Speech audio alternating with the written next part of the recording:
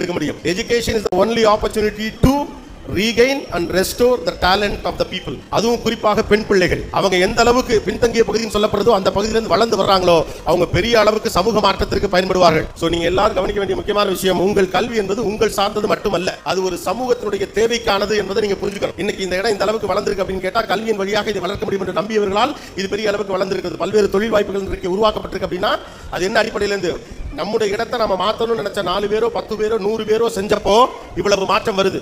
அதுவே உங்களை போல 1000 பேரோ 2000 பேரோ செய்கிற போது எவ்வளவு பெரிய மாற்றத்தை அது உருவாக்கும்னு நீங்க புரிஞ்சுக்கணும். எதற்காக நான் கல்வி கற்க வருகிறேன் என்பதை பொறுத்து தான் நீங்க படிக்க போறது பத்தின பிரியமே நடக்கும். நான் எதுக்காக படிக்க வரேன் அப்படிங்கிற ஒரு கேள்வியை நம்ம எழுப்பாம தான் எல்லாருமே படிக்கிறோம். வீட்டில் சொன்னா படிக்கிறோம், கல்யாணம் பண்ணிக்கிறதுக்கு படிக்கிறோம், கௌரவமா இருக்கணுங்கிறதுக்காக படிக்கிறோம், வீட்டுல இருந்து என்ன பண்றதுக்காக படிக்கிறோம். சில நேரத்தில் வீட்டில் இருந்தா தொந்தரவு படிக்க அனுப்பிடுறாங்க. ஒரு சமூகத்துல மிகப்பெரிய மாற்றத்தை ஏற்படுத்துவதற்குரிய தகுதி கொண்ட ஒரு மிகப்பெரிய ஆயுதத்தின் பெயர் கல்வி. அப்ப அந்த ஆயுதத்தை நான் எதற்காக பயன்படுத்த போறேன் அப்படிங்கிற பர்பஸ் இல்லாம நீங்க உள்ள வரப்ப படிக்க டயர்டாக. நான் ஏன் இதெல்லாம் சொல்றேன்னா, இது வரைக்கும் நம்மளை குத்தி தான் படிக்க வச்சிருக்காங்க. எல்லாம் 12th முடிச்சவங்க தானே, 12ஆம் வகுப்பு வரைக்கும் நம்மளா புத்தகத்தை எடுத்து படிக்கணும்னு நினைச்சா கூட அதுக்கு முன்னாலே ஒருத்தன் சொல்லிடுவான் புக் எடுத்து படி என்ன பண்றேன். இப்போ தாண்டா படிக்க கிளம்புனேன், அதுக்குள்ள ஏன்டா உசுறு எடுக்கிறீங்க. நம்ம எவ்வளவு நல்லா படிச்சாலும் இருக்க பூரா பயிலும் அட்வைஸ் பண்ணிட்டே இருப்பான். ஒழுங்கா படி, நல்லா படிக்கிறவங்க எதுக்கு நான் மறுபடியும் ஒழுங்கா அப்படின்னு சொன்னீங்கன்னா அவங்களுக்கு முடிஞ்சது அட்வைஸ் பண்ணிட்டு போறாங்க. நமக்கு முடிஞ்சது படிப்போம் அப்படின்னு படிச்சிருக்கோம். இனிமே you guys are grown adult. வாழ்க்கையில் ஒரு குறிப்பிட்ட வயதுக்கு பிறகு என்ன படிக்க வேண்டும் என்ற புரிதல் உங்களுக்கு இயல்பாகவே வந்து விடுகிறது என்று கல்வி நம்புகிறது.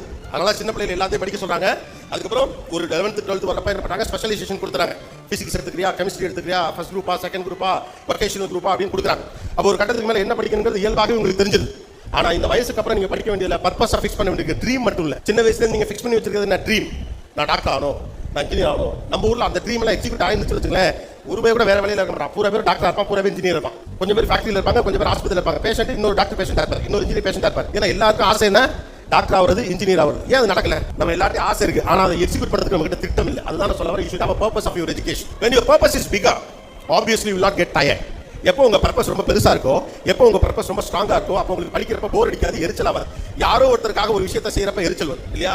ஆனா அதே நீங்கள் உங்களுக்காக செய்கிற போது அது மகிழ்ச்சியாக இருக்கும். கல்வியை உங்களுடையதாக மாற்றிக்கொள்ளுங்கள். இதுதான் நான் முதல்ல உங்களுக்கு சொல்ல ஆசைப்படுற விஷயம். கல்வியை உங்களுடையதாக மாற்றிக்கொள்ளுங்கள்.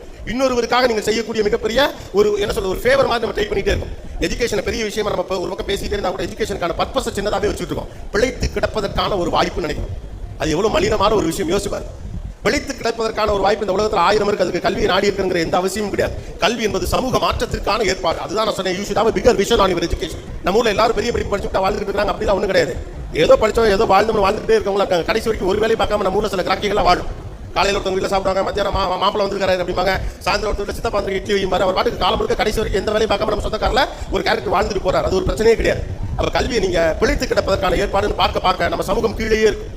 எப்போது மாற்றத்திற்கான ஏற்பாடு, நான் மட்டுமல்ல பலரையும் மாற்றுவதற்கான ஏற்பாடு என்று நீங்க நம்ப ஆரம்பிக்கிறீங்களோ, உங்க கல்விக்கு ஒரு பர்பஸ் நீங்க ஃபிக்ஸ் பண்ணீங்களோ, அன்னைக்கு கல்வி ஜெயிக்கும். அப்ப நீங்க காலேஜுக்குள்ள என்ட்ராதுனால என்ன கோர்ஸ் டிசைட் பண்றதுக்கு முன்னால நீங்க டிசைட் பண்ண போறது எதுக்காக நான் படிக்கிறேன், ஐயோ இதுவே தெரியாம நானும் பல முறை பஸ்ல டிக்கெட் எடுத்துக்கிறப்பா அப்படின்னு வடிவேலு சொல்ற மாதிரி 4 வருஷம் படிச்சு முடிச்சு இன்ஜினியரிங் முடிச்சுட்டு இப்பதான் தெரியுது இதை நான் எடுத்துக்கப்படா. 3 வருஷம் டிகிரி படிச்சு முடிச்சுட்டு நான் இதை படிச்சிருக்கப்படா. கல்யாணம் பண்ணி முடிச்சுட்டு எல்லா அப்பாவும் சொல்லுவாங்க இவெல்லாம் நான் கல்யாணம் பண்ணிக்க கூடாது. அது மாதிரி இருக்கக்கூடாது. Have a purpose of education because the purpose is more important. ஏன்னா கல்வியினுடைய தேவை வேறாக இருக்கு.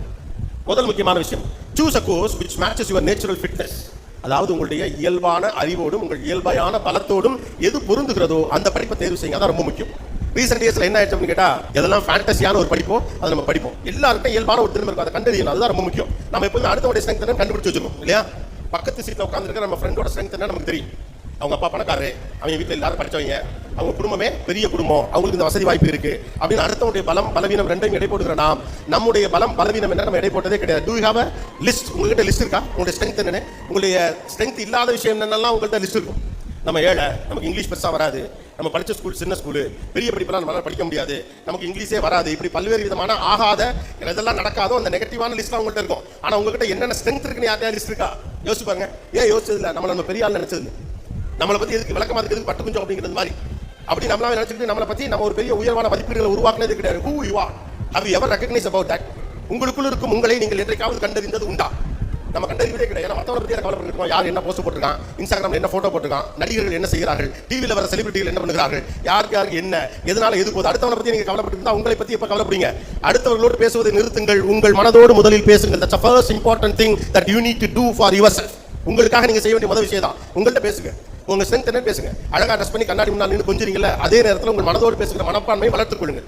அப்பதான் உங்களை பற்றின உயர்வான பிம்பமும் எண்ணமும் வரும். நானும் உங்களை மாதிரி வந்தவன் தான். அப்ப நீங்களும் இந்த இடத்துல வந்து நாளைக்கு நிக்கலாம். நீங்களும் நானும் வேற அல்ல. அதான் உண்மை. ரெண்டாவது, நம்ம மாதிரி ஆளுகள்லாம் ஜெயிச்சாங்கன்னா தான் நம்ம மாதிரி ஆளுகளுக்கு நல்லது கெட்டது செய்வாங்க. ஏன்னா கஷ்டம் பார்த்து வளர்ந்த பிள்ளைக்கு தான் கஷ்டம்னா என்னன்னு தெரியும். இந்த கூட்டத்துல இருந்து ஒருத்தன் ஜெயிச்சா 10 பேரை 100 பேரை காப்பாத்துவா. ஏன்னா கஷ்டம் நீங்க பாத்துருக்கீங்க.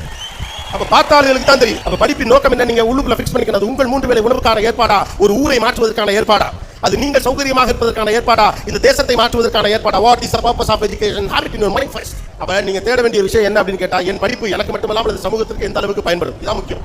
அப்ப நான் படிப்பது இந்த சமூகத்தை மாற்றுவதற்கு ஒரு உயரிய எண்ணம் உங்களுக்கு வந்துருச்சுனாலே ஆட்டோமேட்டிக்கா படிப்பு பிரச்சனையா தெரிய பெரிய மாற்றத்தை இது கொண்டு வரப்போகுது.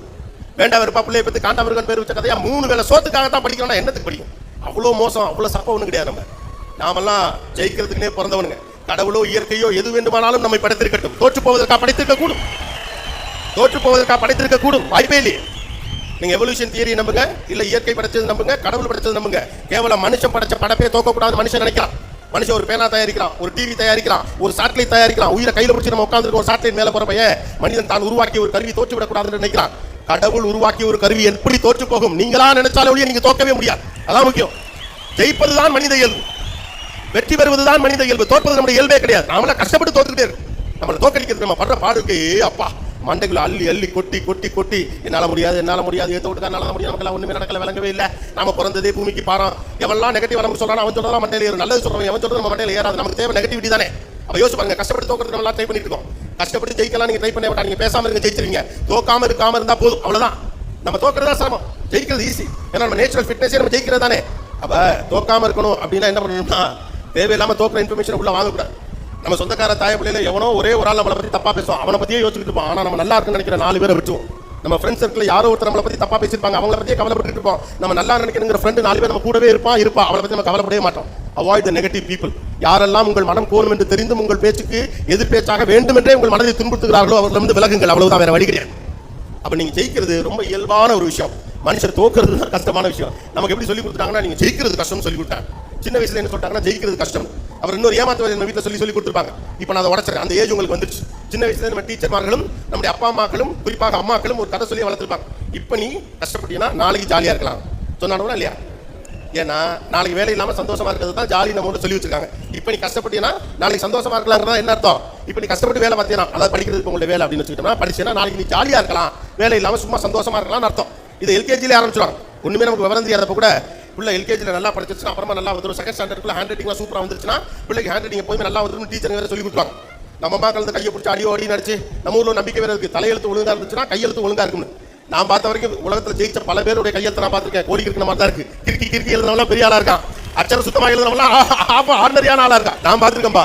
நான் சின்ன வயசுலேருந்து பார்த்தது யார், நான் வியந்து பார்த்தவர்கள் வந்து டாக்டர்கள் தான். ஏன்னா டாக்டர்கள் தான் நம்மளை பொறுத்தவரை பெரிய படிப்பெடுத்தவர்கள். எந்த டாக்டர் எழுதுறது புரியாது, கிறுக்கி தான் எழுதுவாங்க. ஆனால் டாக்டர் ரைட் தானே. அங்கே கொண்டாந்து ஒரு நர்ஸ் கொண்டாந்து இந்த இன்ஜெக்ஷன் வைப்பாங்கல்ல, அவங்க நமக்கு கடைசியில் மாத்திரை தனி பேப்பரில் எழுதிடுவாங்க. கொட்டை எழுத்துல அழகாக இருக்கும் அவங்க நர்ஸ். நான் சின்னது பெருசுன்னு சொல்லலை, இதெல்லாம் நம்ம நம்பிக்கை. ஆனால் சின்ன வயசுல என்ன சொல்லிட்டாங்க, நமக்கெல்லாம் வீட்டில் ஒரு சின்ன ஏமாத்து வேலை சொல்லிட்டாங்க, நீ இப்போ கஷ்டப்பட்டீங்கன்னா நாளைக்கு சந்தோஷமா இருக்கலாம் அப்படின்னு சொல்லி எல்கேஜியில் ஆரம்பிச்சிருப்பாங்க. அப்புறம் 5ஆம் கிளாஸ் வரப்போ சொல்லுவாங்க, எலிமெண்ட்ரி ஸ்கூலில் தாண்ட போறா, இப்படி கஷ்டப்பட்டு படிச்சா பின்னால ஜாலியாக இருக்கலாம். நாமளும் அதை நம்பி கஷ்டப்பட்டு படிப்போம். அப்புறம் 6ஆம் கிளாஸ் 7ஆம் கிளாஸ் வரப்போ சின்னதாக ஒரு பேய்க்கிறத சொல்லுவாங்க. அடுத்து 8ஆம் கிளாஸ் இஎஸ்எஸ்எல்சியோ அடுத்த 2 வருஷத்துல பப்ளிக் வந்துடும். இப்போ நீ கஷ்டப்பட்டீங்கன்னா அப்புறம் ஜாலியாக இருக்கும் அப்படிமா ரைட்டா. இப்போ கஷ்டம் நம்மள அதுக்காக சரின்னு கஷ்டப்பட்டுருக்கோம். அப்பெல்லாம் நமக்கு ஒரு உண்மையை அவங்க சொல்லவே மாட்டாங்க. அடுத்து 9th ஸ்டாண்டர்ட் வந்தவொடனே ஒரு பேய்க்கதை ஆரம்பிப்பானுங்க. பாரு, ஐயோ அடுத்த வருடம் 10ஆம் வகுப்பு வந்து வர போகிறது, நீ பத்திரமாக இருக்க வேண்டும், திருவிழாக்கு போகக்கூடாது, டிவி பார்க்கக்கூடாது, சொந்தக்கார வீட்டுக்கு போகக்கூடாது, கிளவி சாவுக்கு போகக்கூடாது, கல்யாணத்துக்கு போகக்கூடாது, எதுக்கும் போகக்கூடாது, உங்களுக்கு என்று தனி அறை தரப்படும். அதாவது ஆக்சுவலா கொரோனாலாம் வந்த பிறகு வந்த ரூல் எல்லாத்தையும் 10ஆம் கிளாஸ் படிக்கிறவனுக்கு முன்னாலே இம்ப்ளிமெண்ட் பண்ண பரம்பரை நம்ம பரம்பரை. தனி ரூமு, உள்ள தட்டு வரும், டிவி கிடையாது, தனித்திருத்தல் எல்லாம்.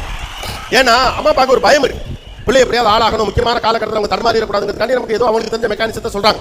நம்ம முன்னால் ஒரு எலும்பு துண்டை கட்டி தொங்க விட்டு அதுக்கு பின்னால் ஓட விட்டுட்டே இருக்காங்க. பிள்ளை ஜெயிச்சணுங்கிற கவலை, நான் மட்டும் கஷ்டத்தை பிள்ளை படக்கூடாதுங்கிறதுக்காக அம்மா அப்பாக்கள் அவங்களுக்கு தெரிஞ்ச ஏதோ ஒரு விஷயத்தை சொல்லிட்டு இருக்காங்க. அதனால ஒரு ரகசியத்தை நம்ம அவங்கள்ட்ட மறைச்சிக்கிட்டே இருப்பாங்க. நீ 10ஆம் கிளாஸ் மட்டும் நல்லா படிச்சுட்ட, அதுக்கப்புறம் ஜாலியா இருக்கலாம். 10th படிக்க சொன்னாங்களா இல்லையா, இதுக்கப்புறம் ஜாலியா இருக்கலாம். ஆனா ஹிஸ்டரி ஜாகிரபி பச்சையெல்லாம் எழுதி முடிச்சுட்டு வெளியில முடியாது, நோட்டு பேப்பர்லாம் விட்டு எறிஞ்சிட்டு வந்தா வாசலே அப்பா நிற்கிறார். 11th ஸ்டாண்டர்ட் பப்ளிக் மறுபடியும் ஆரம்பி. 10th ஸ்டாண்டர்ட் அப்புறம் ஜாலியா இருக்கலாம்னு சொன்னீங்களாடா அப்படின்னா, இல்லப்பா 11th மட்டும் நீ நல்லா படிச்சிட்டேன்னா 12th ஈஸி அப்படின்னா. 11th நல்லா படிச்சவன் எவனுக்குமே 12th ஈஸியான்னு எனக்கு தெரியலப்பா. நான் 11th நல்லா தான் படிச்சேன், எனக்கு 12th ஈஸியா இல்லை. 2 கொஸ்டின் பேப்பர் வேற தானே. அப்ப 11th மட்டும் நீ கஷ்டப்பட்டு படிச்சினா நீ 12th ஸ்டாண்டர்ட்ல ஜாலியா இருக்கலாம் அப்படின்னு 11th கஷ்டப்பட்டு படிப்போம். அப்புறம் மறுபடியும் ஆரம்பிச்சுவாங்க. மறுபடியும் தனி அறை, தனி தட்டு, தனி டிவி தான் கிடையாது, எல்லாம் கிடையாது. எல்லாத்தையும் முடிச்சு விட்டு 12th ஸ்டாண்டர்ட் வீடே மரண அமைதியில் இருக்கும். அந்த வீட்டுல யாரும் பேச மாட்டாங்க, சொந்தக்காரெல்லாம் வீட்டுக்கு வரக்கூடாது நாட்டளவு. ஏன் அப்படின்னு கேட்டா புள்ள படிப்பு கேட்டு போயிரு. கடைசி 3 நாள் தான் நீங்க படிப்பீங்கிற ரகசியம் உங்களுக்கு மட்டும்தான் தெரியும், அவங்களுக்கு தெரியவே தெரியாது இல்லையா? நீங்க எல்லாம் ஜெயிச்சீங்கன்னா உங்களை விட சந்தோஷப்பட போறவங்க அம்மா அப்பால நானும் ஒரு ஆளா இருப்பேன். சந்திர காற்று நம் ஜன்னலில் வீசட்டும், சரித்திரம் நாளை நம் சாதனை பேசட்டும். நன்றி, வணக்கம்.